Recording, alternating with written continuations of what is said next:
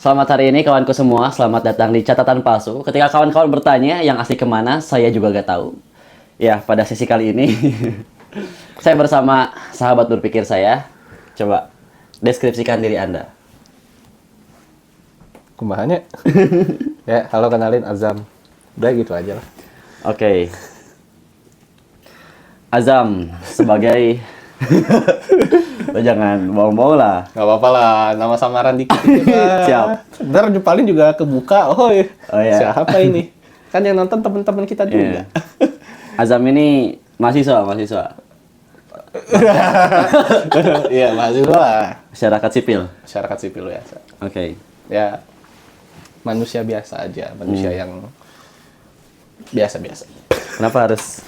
Ini Kayak dilamar kerja ini? Ini namanya teknik pengolahan kewirausahaan politik. Aduh. Senior. Siap, senior. Aduh, baru. Oke, kita mulai lah. Nah, ya. Sebagai diskusi awalan ya, aku rasa kita bahas yang ringan-ringan dulu. Terkait tuh.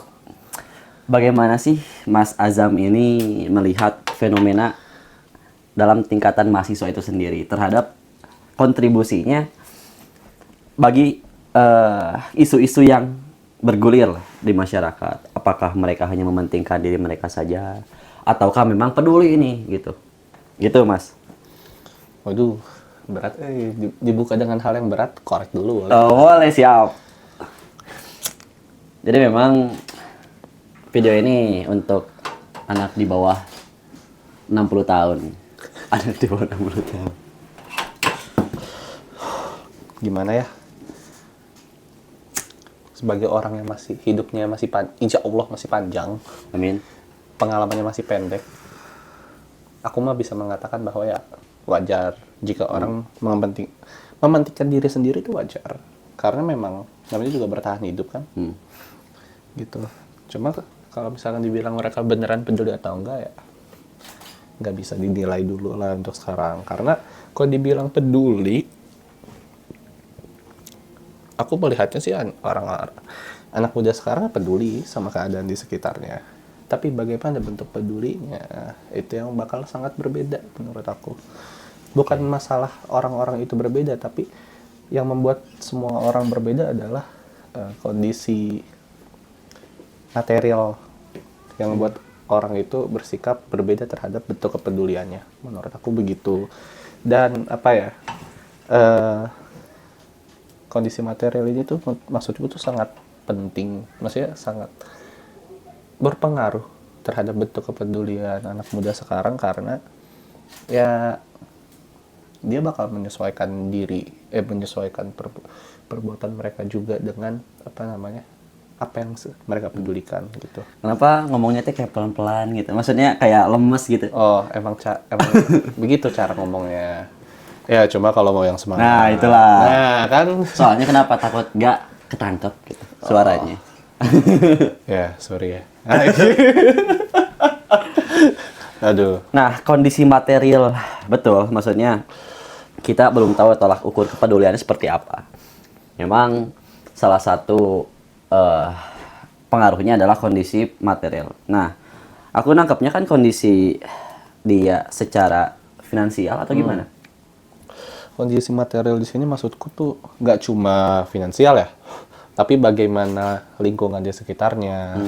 Ya finansial jelas itu kan emang material, material banget ya. Maksudnya tapi lebih ke lingkungan lingkungan di sekitarnya, atau bisa dibilang ya sistem sosial yang bekerja di kehidupan dia tuh bagaimana gitu, yang membangun dirinya. Ya aku menganggap itu kondisi material, karena emang itu semua pasti. Misalkan gini, kalau dalam jurusan aku ya, fisika, suatu benda itu pasti punya interaksi sama benda-benda lainnya. Baik itu yang terlihat maupun tidak terlihat. Misalkan, gelas ini, kenapa gelas ini bisa tetap bertahan di atas meja? Karena kan harusnya ada gaya gravitasi yang selalu menarik atau mendorong ke bawah gitu ya, ke pusat bumi. Tapi pasti ada gaya yang menormalkan dia. Dan gaya normalnya nggak terlihat gitu.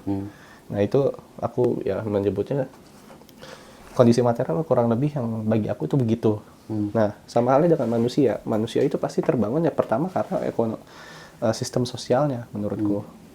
Sistem sosial di sini ya berarti bagaimana hubungan yang terbangun sama orang-orang di sekitarnya, baik itu keluarga dia ataupun teman-temannya gitu, maupun apa namanya corak ekonomi yang bekerja di sekitaran dirinya. Itu kondisi material yang saya maksud. Jadi nggak cuma soal uang. Tapi memang sekarang kan orang kalau mendengar kata material pasti uang gitu kan. Berarti sudah bukan diklarifikasi, dijelaskan lebih lanjut terkait apa maksud Mas Repan terkait material itu sendiri. Kan kesebut juga akhirnya nama asli saya. Ulangi. Nggak masalah. Nggak masalah, tenang aja. Sesuai prediksi. Nggak apa-apa. Orang datu. Nggak apa-apa. Lanjut. Ya sekarang ya nama saya Revan. Anjing, podcast paling banyak gimmick kayaknya ini. Ya. Berarti sistem sosial, lingkungan hidup, terus pengaruh dari orang-orang sekitar itu sangat berpengaruh berarti ya? Iya. Yang paling berpengaruh tuh bisa dibilang adalah hubungan dia terhadap yang di sekitarnya gitu. Maksudku, bagaimana hubungan dia sama keluarga atau kalau bahasa lebih jauhnya, aduh ngomong apa gua, corak ekonomi politiknya. Corak ekonomi politik. Yang sedang berlangsung di kehidupan dia gitu. Nah, lalu bagaimana sih maksudnya orang-orang yang tadi berada di ruang lingkup material seperti ya kita sebutlah orang-orang yang kurang peduli terhadap isu-isu yang bergulir di masyarakat. Namun kan kepeduliannya berbeda ya yang tadi. Tapi ini mah tolak ukurnya adalah isu-isu yang bergulir di masyarakat. Nah, apa sih yang Mas Revan pikirkan untuk menggayat kepedulian mereka? Ataupun ya, bagaimana mereka setidaknya membahas isu-isu tersebut itu di dalam diskusi-diskusi keseharian mereka gitu. Ketika memang tidak ada gerakan ya setidaknya ada diskusinya gitu. Cara menggayatnya ya. Gimana ya? Cuma menurut aku ya, cara menggayat orang tuh ya ngebangun suatu pendidikan yang bisa ngebangun empati gitu. Ngebangun empati, ngebangun kesadaran kritis. Itu tuh yang penting banget agar orang-orang nih peduli terhadap kondisi sekitarnya. Karena seringkali kita tuh tidak sadar akan ada suatu fenomena yang terjadi itu merupakan masalah karena ya ketidakmampuan kita untuk bisa menganalisis fenomena tersebut gitu. Dan kemampuan untuk menganalisis fenomena tersebut kan dibangun dari pengetahuan gitu. Pengetahuan didapat dari pendidikan. Maka dari itu agar mereka mau peduli terhadap lingkungan di sekitarnya, hal yang paling penting adalah menjalankan pendidikan kritis dan bahasanya tuh ya empatis lah gitu. Atau kalau mau di tahap yang lebih jauhnya, yang dimana kepedulian ini menjadi suatu bentuk keikutsertaan dalam kehidupan sosial, terutama dalam bernegara, ya pendidikan politik sangat dibutuhkan gitu. Agar itu lah kalau menurut aku gitu untuk menggait orang-orang. Nah, apakah pendidikan politik ini hanya berlaku untuk orang-orang dengan jurusan politik atau tidak? Nah, menurut aku harusnya enggak. Kenapa? Aku melihat bahkan jurusan ilmu politik pun juga ya udah hanya sebatas tahu teori, tapi teori yang dia gunakan juga belum tentu bisa mereka gunakan untuk menganalisis suatu fenomena. Nah, ya makanya itu tuh nggak berlaku gitu. Argumen tersebut itu nggak berlaku bahwa pendidikan politik ya hanya untuk orang-orang yang divisip, itu nggak berlaku. Pendidikan politik yang di sini adalah ngebangun, kan yang tadi aku bilang ya, ngebangun empati dan ngebangun kesadaran kritis. Dan intinya sebenarnya dari pendidikan politik adalah ngebangun kebiasaan untuk hidup bernegara, bukan hidup bernegara ya hidup bersosial lah, ya itu kurang lebih gitulah. atau ya hidup bernegara lah, let's say hidup bernegara, terbiasa untuk ikut serta dalam kegiatan negara, entah itu lah memahami kebijakan publik, entah itu apa namanya melakukan audiensi, advokasi atau semacamnya ya atau pendidikan politik yang paling sederhana ya bisa menganalisis suatu fenomena dengan teori kritis itu udah seminimal dari pendidikan politik gitu. Jadi ya harusnya nggak cuma jurusan politik aja. Tapi itu harus berlaku untuk semua masyarakat yang tergabung pada suatu kelompok yang kita sebut negara gitu. Sebagai anak fisika berarti ya. Bagaimana sih pengaruh politik terhadap jurusan fisika gitu? Maksudnya teh kan tadi bahwasanya tidak hanya anak politik loh yang harus belajar tentang pendidikan politik itu sendiri. Betul. Tapi kan di sini Mas Repan sebagai anak fisika yang membahas tentang politik gitu ya. Apakah ada korelasinya? Oke. Nah, korelasi yang berpengaruh kepada teman-teman Mas Repan ataupun Mas Repan itu sendiri apa gitu? Oke. Mengapa harus belajar tentang pendidikan politik itu sendiri? Oke, itu pertanyaan yang sangat menarik bagi saya pribadi. Ini gonta-ganti ya, saya, aku, orang, gue udah persetan lah ya, gitu. Aing anjing. Cuma mungkin aku mau membahas mulai dari politik ilmu pengetahuan. Aku melihat kondisi sekarang, anggaplah kita membagi kebenaran itu jadi 3. Kebenaran individu, yang kebenaran yang hanya diyakini oleh individu itu pribadi sendiri. Kebenaran politik, kebenaran yang dibangun oleh suatu kelompok dengan yang memiliki kekuasaan untuk mempengaruhi pandangan orang-orang gitu terhadap kebenaran. Dan kebenaran ilmiah, di mana kebenaran ini dibangun atas suatu metode-metode saintifik yang agak ngulang-ngulang ya. Metode-metode yang jelas, yang secara sistematis dan ya secara sistematis at least gitu ya. Maksudnya kayak mana yang ngerjain TA gitu ya. Itu kan pasti menggunakan metodologi penelitian. Ya which is itu saintifik gitu, ilmiah. Nah, pertama kondisi di Indonesia sekarang, jangankan cuma Indonesia sebenarnya, secara umum aku melihat kebenaran politik itu dibangun lebih dulu, di mana kebenaran politik ini akan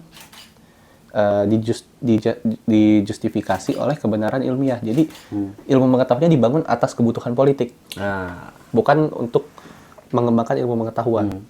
Sementara kalau kita ngomongin suatu kebenaran ya bakal lebih ideal jika kita melakukan dengan metode yang saintifik, metode yang ilmiah, lalu kita buka kebenaran ilmiah tersebut jadi suatu kebenaran yang punya dampak yang lebih luas lewat kebenaran politik tersebut. Kebenaran politik tuh yang aku maksud salah satu contohnya ya kebijakan publik.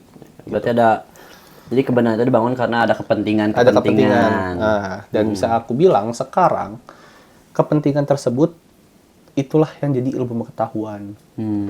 Dan itu menurut aku ya suatu hal yang salah. Kenapa? Ilmu pengetahuan meskipun ilmu pengetahuan memang nggak bebas nilai, bahkan argumen aku tadi menunjukkan bahwa ilmu pengetahuan pun tidak bebas nilai, tapi ilmu pengetahuan harus menjadi landasan untuk mengambil suatu kebijakan gitu. Berarti dia mengambil kebijakannya secara bijaksana berdasarkan suatu hal yang emang sudah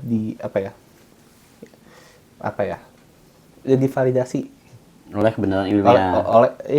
oleh metode yang saintifik gitu. Makanya menjadi suatu bentuk ilmu pengetahuan kan. Nah, ya bisa kita lihat misalkan IKN. IKN itu rencana udah dari lama, dari 2019 gitu. Ya udahlah nggak peduli lah Soekarno emang nggak jadi juga kan. Cuma Jokowi udah berencana dari 2019. RUU IKN tuh udah muncul dari 2022. Tapi naskah akademik baru bisa diakses atau bahkan baru benar-benar ada gitu ya setelah UU IKN itu disahkan. Itu kan nunjukin apa, Bah? Kebijakan politik dulu baru kita justifikasi dengan suatu hal yang dibilang akademis gitu. Padahal kan harusnya akademis dulu gitu. Ya atau kan jalan berbarengan lah minimal. Maksimal. Ya itulah gitu. Kan itu menunjukkan bahwa ilmu pengetahuan itu dikontrol oleh kekuasaan. Betul. Bahwa ilmu pengetahuan itu tidak bebas nilai.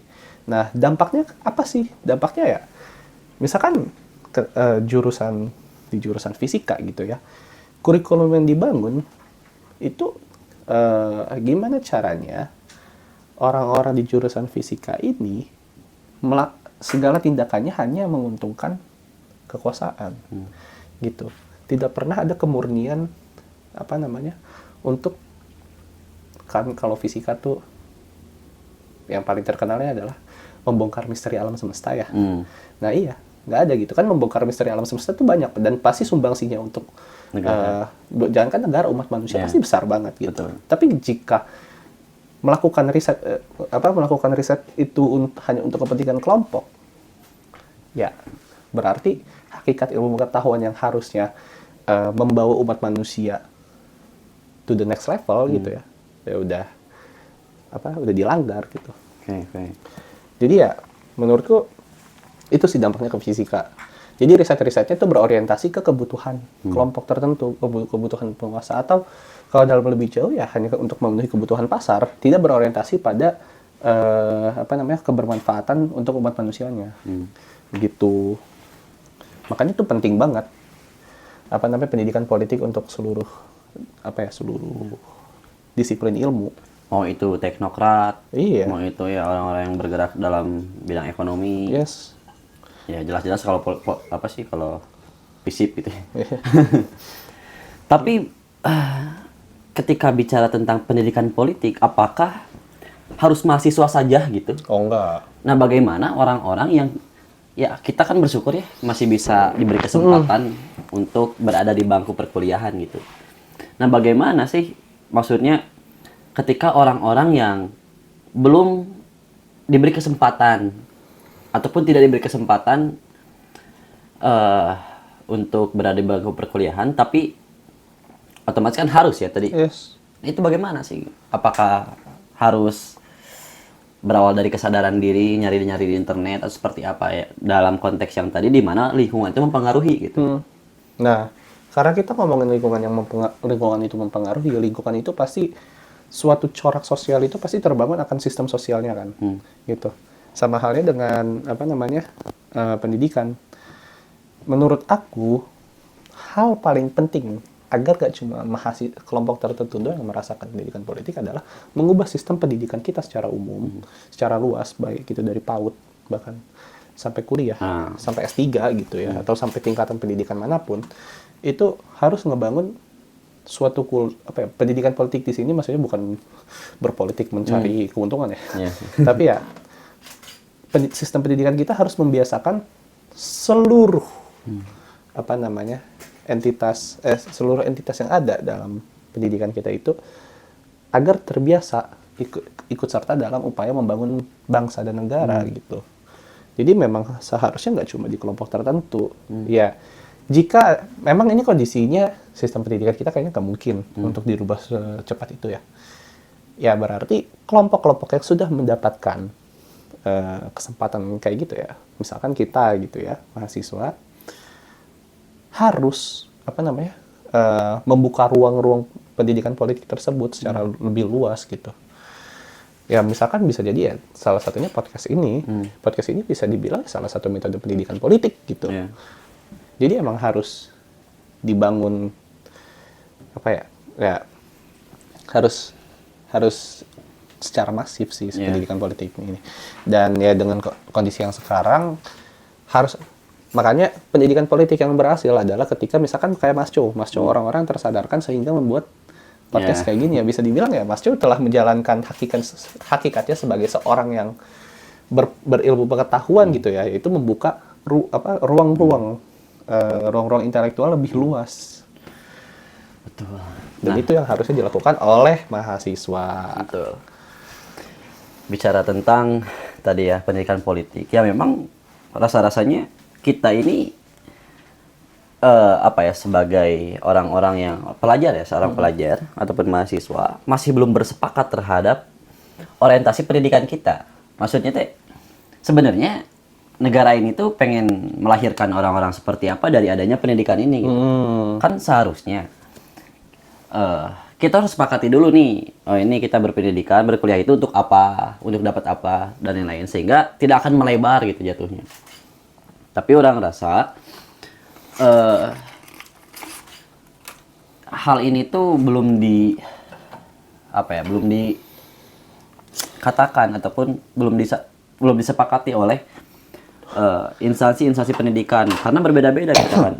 Ada anak ITB orientasi pendidikannya seperti apa, anak ini orientasi pendidikannya seperti apa, dan yang lain. Nah, apakah ini harus disepakati dulu atau tidak sih, maksudnya terhadap orientasi pendidikan ini, menurut Mas Revan? Sorry, batuk. Kalau ngomong disepakati kayaknya bakal jadi bahasan yang panjang ya. Ya. Cuma yang bisa aku bilang, dengan beragam beragam suku dan budaya di Indonesia, beragam kultur, Ya. dan juga sebagai negara yang hidup di dunia kapitalis gitu ya. Sudah sepatutnya pertama kita ya tadi ya, pendidikan yang membangun empati dan kritis itu jelas, Pak. Dan kedua, pendidikan kita haruslah kontekstual. Gitu. Misalkan ada aku lupa nama daerahnya. Ada suatu daerah yang dia itu sudah sebenarnya kan Indonesia kan negara agraris ya. Ada suatu daerah yang emang dia tuh punya cara sendiri untuk memetakan wilayahnya. Memetakan di sini tuh membagi wilayah-wilayahnya. Ada yang wilayah, apa ya nama? Malang. Hah? Malang bukan sih? Lupa. Cuma itulah. Coba ya, apa namanya? Ilmu pengetahuan lokal tersebut itu harusnya bisa dipelajari secara luas gitu. Maksudku gini, aku melihat orientasi pendidikan kita tuh bukan kontekstual, tapi penyeragaman. Sementara kan kita tuh punya semboyan Bhinneka Tunggal Ika ya, Yeah. berbeda-beda tapi tetap satu. Cuma itu kan berbeda dengan penyeragaman. Harusnya orientasi pendidikan kita adalah bagaimana perbedaan-perbedaan ini kita manfaatkan untuk kemaslahatan bersama gitu kan. Nah, jika segala di seluruh wilayah itu disamakan orientasi pendidikannya gitu ya. Ya, misalkan kayak yang tadi itu, yang kasus wilayah yang punya cara sendiri untuk memetakan wilayahnya, ya apakah itu akan bekerja di daerah lain? Enggak juga kan. Atau salah satu contohnya adalah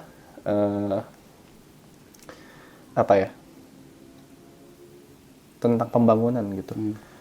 Kalau misalkan kita berpaku pada suatu negara di barat sana, yang apakah itu akan bisa bekerja di Indonesia? Kan enggak.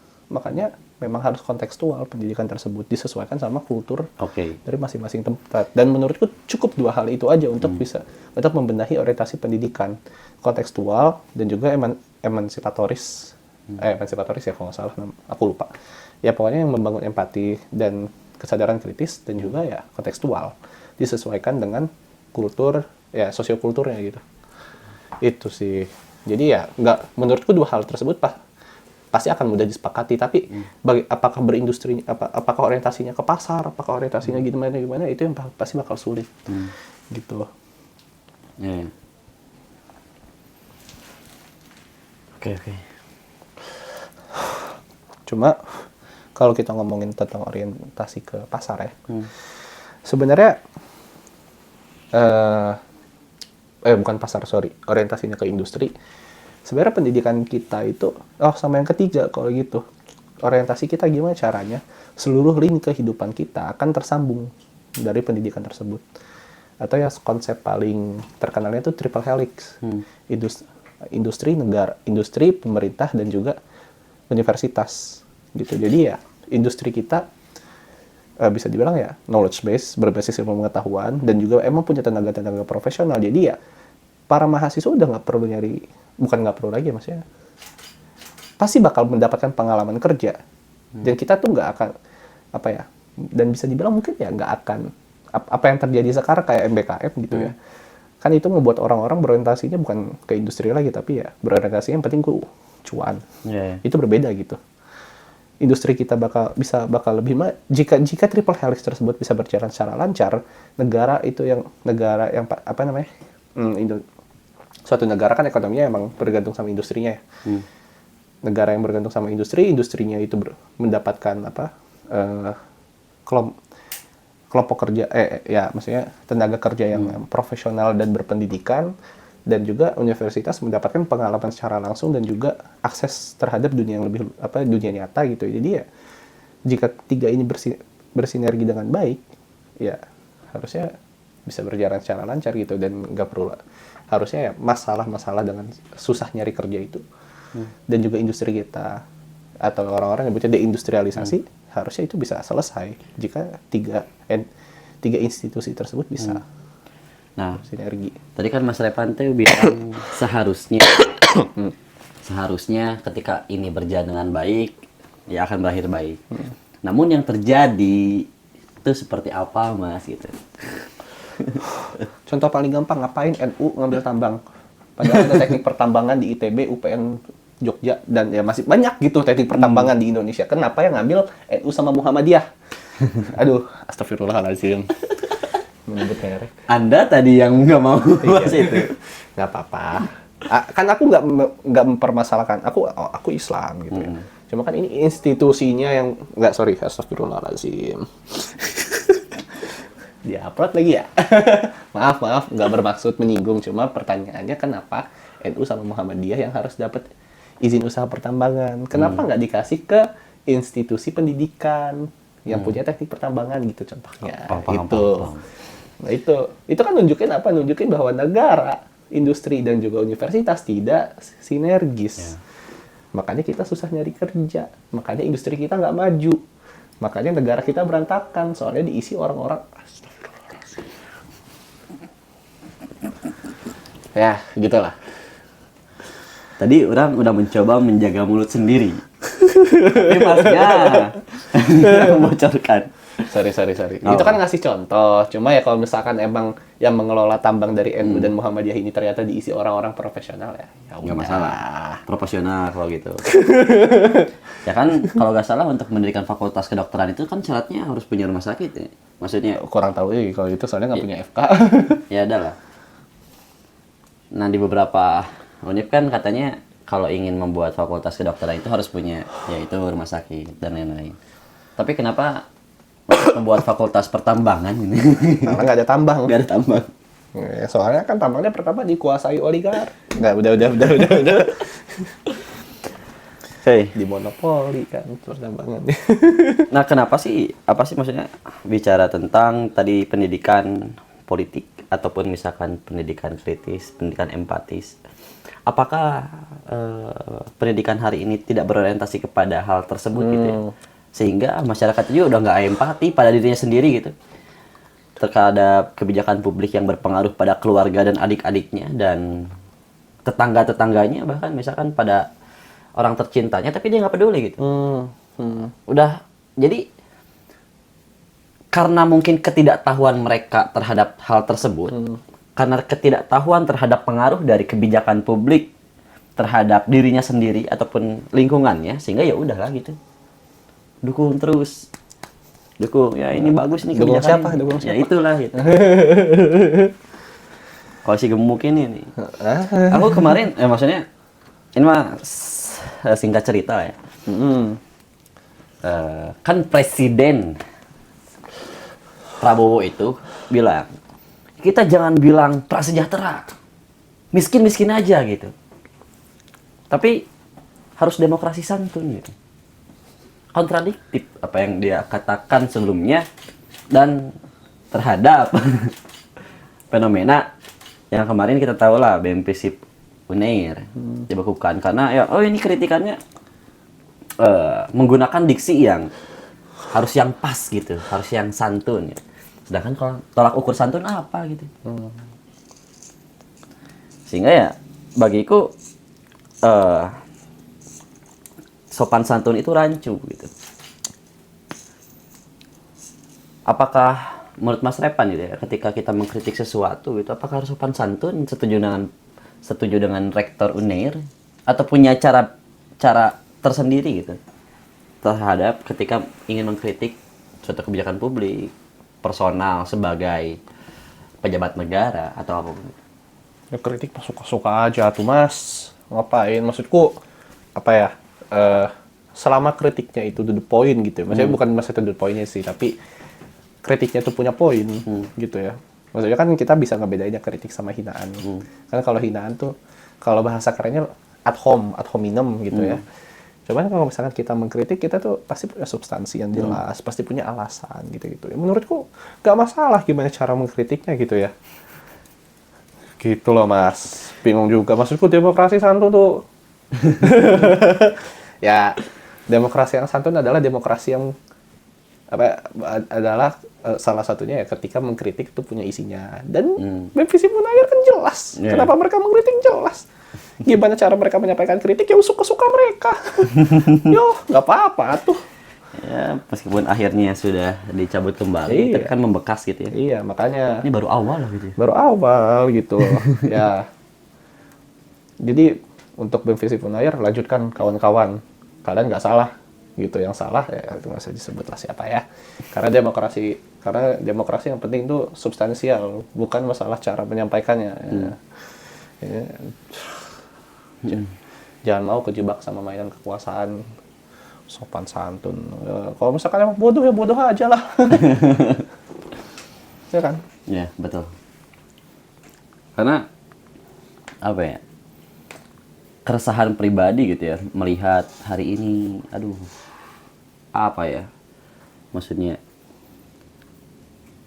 banyak pertanyaan yang tidak terbendung dalam pikiran itu karena ketidakmampuan pribadi sendiri untuk untuk menjawabnya. Melihat, aduh kenapa nih mahasiswa tuh kayak gini, loyo sekali Mas gitu terhadap narasi kritikan yang wah jangan pakai diksi ini gitu, jangan pakai diksi ini dan lain-lain. Terhadap gerakannya pun kulihat-lihat ya nggak bertahan sampai sebulan gitu, paling 2 hari 3 hari gitu. Pun kerasnya memang ya di sosial media tidak salah itu bagus. Tapi kan harus balance gitu ya, maksudnya. Apa sih yang mereduksi hal-hal ini terjadi gitu ya? Hal-hal yang membuat gerakan kritikan hari ini seperti ini gitu. Apa karena COVID-19 atau apa gitu? Ya instrumen-instrumen yang lain gitu. Karena kan banyak instrumen gitu. Pertama-tama kita tuh nggak bisa menyalahkan menunjuk bahwa itu kesalahan mereka gitu ya. Karena ya mereka cuma korban dari rezim pemerintahan yang otoriter. Cuma yang bisa aku pastikan ya karena pertama hidup tuh susah. Maksudnya nyari kerja susah, dapat kerja gaji UMR aja juga sebenarnya kan hidupnya cuma buat seseorang, buat satu orang. Tapi kita harus bisa menghidupi setidaknya orang tua kita, gitu. Dan juga masa depan kita tuh nggak ada kepastian gitu. Itu satu. Dua, karena adanya ketidakpastian akan masa depan, ya orang-orang lebih memilih main aman agar masa depannya pun juga aman. Dan sementara di Indonesia aku lihatnya tempat-tempat kerja jangankan pemerintahan gitu, startup kecil aja bosnya nggak suka dikritik juga gitu ya nggak perlu lah disebut startup mana yang merasa aja lah. Yang merasa aja. Bahkan ya sebenarnya aku juga merasa merasa aduh kayaknya gue kebanyakan mengkritik ntar masa depan gue gak aman nih kayaknya. Karena apa? Karena jangankan di tingkat pemerintahan tadi, bahkan di tingkat keluarga aja orang tua kita juga kadang tuh enggan dikritik kan. Menarik. Gitu. Jadi ya ketika orang yang pertama masa depan nggak ada jaminan. Kedua, agar masa depan terjamin dia harus menunjukkan menunjukkan bahwa dirinya itu bukan orang yang manut gitu. Ya agar mengamankan masa depan tersebut. Jadi ya sangat wajar ketika sekarang ya kalau misalnya ngomongin gerakan mahasiswa jadi lebih loyo, ya karena kita memang hidupnya terambang-ambing gitu. Dan tanggung jawab kita di berarti zaman sekarang tuh berat. Masalah perut lagi ya? Masalah perut, bos. Nggak bisa kita nafikan lah itu. Itu Kan penting banget.